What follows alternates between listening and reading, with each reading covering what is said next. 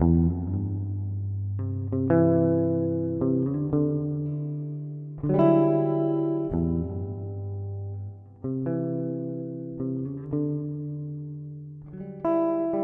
nombre es Miguel Ángel Martínez Meucci, yo soy politólogo. Me interesan sobre todo los momentos de conflicto político en los países, no tanto los momentos en donde las cosas funcionan normalmente a través de las instituciones, sino sobre todo los momentos en que las diversas partes de una sociedad están en conflicto. Apaciguamiento es un libro que fue escrito para describir, narrar y comprender los momentos de conflicto político que vivimos los venezolanos entre el año 2001 y 2005. No solo, digamos, se consumó un cambio de gobierno que ya se había producido en 1999, sino un cambio de régimen político.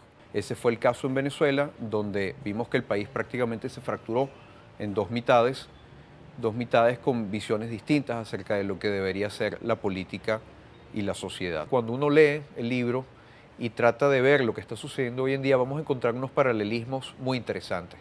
Existen también algunas diferencias porque las cosas, la historia nunca se repite del mismo modo, pero pudiéramos decir que los elementos esenciales de ese conflicto siguen siendo los mismos y siguen estando presentes. Yo creo que es difícil tener una comprensión cabal de lo que está sucediendo aquí. Si para nosotros como venezolanos es difícil, para los extranjeros mucho más. ¿Qué es lo que se puede apreciar desde afuera? Un país dividido, un país en dos mitades, en conflicto y en donde hay gran turbulencia política. Nosotros no estamos condenados a ser un país dividido.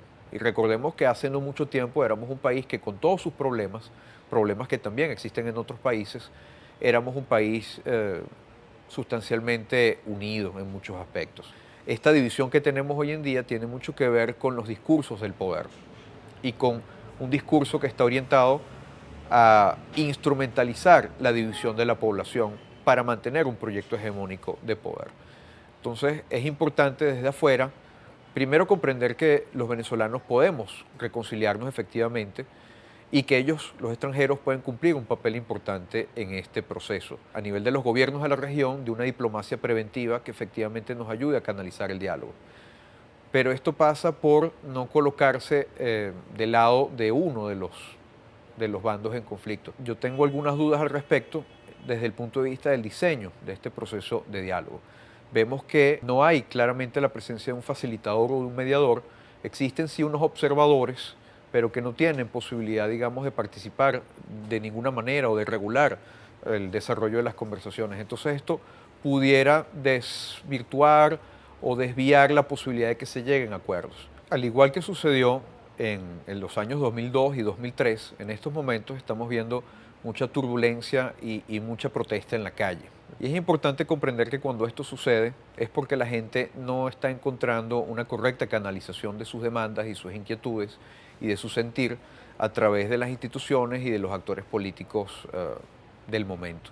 Estamos viviendo tiempos económicamente muy complicados y por lo tanto es comprensible que la gente esté muy molesta. Al mismo tiempo, las instituciones están un tanto bloqueadas por un proyecto político que aspira a establecer una hegemonía. Y tenemos que tener presente que el establecimiento de una hegemonía es incompatible con una democracia plena, verdadera, saludable.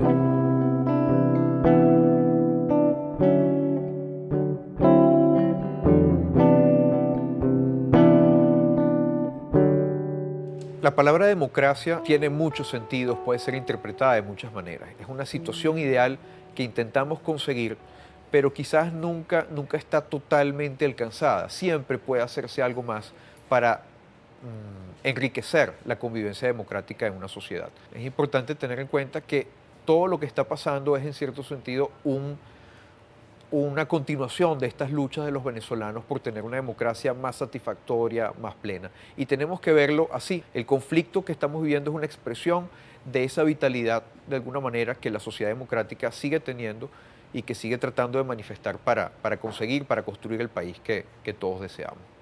Hay un libro de Ángel Bernardo Viso que se llama Las Revoluciones Terribles, que me parece bastante interesante para comprender lo que significa una revolución y el cambio, las rupturas que están presentes en un movimiento revolucionario. Hay otro libro de Charles Tilly que se llama Democracia, fue prácticamente el último libro que escribió este sociólogo norteamericano, que nos deja también una lección fundamental, y es entender que los procesos de democratización y de consolidación democrática no son lineales. Pasan a través de muchos procesos de conflicto, de muchos momentos conflictivos, y que esas luchas son esenciales para que un país pueda llegar a una democracia sólida, estable. Por último, un clásico que me parece muy interesante para comprender los momentos de turbulencia política y social, es un libro de Alexis de Tocqueville llamado Recuerdos de la Revolución de 1848, escrito en un tono de memorias, de confesiones personales, en donde una mente privilegiada del siglo XIX, como fue Tocqueville,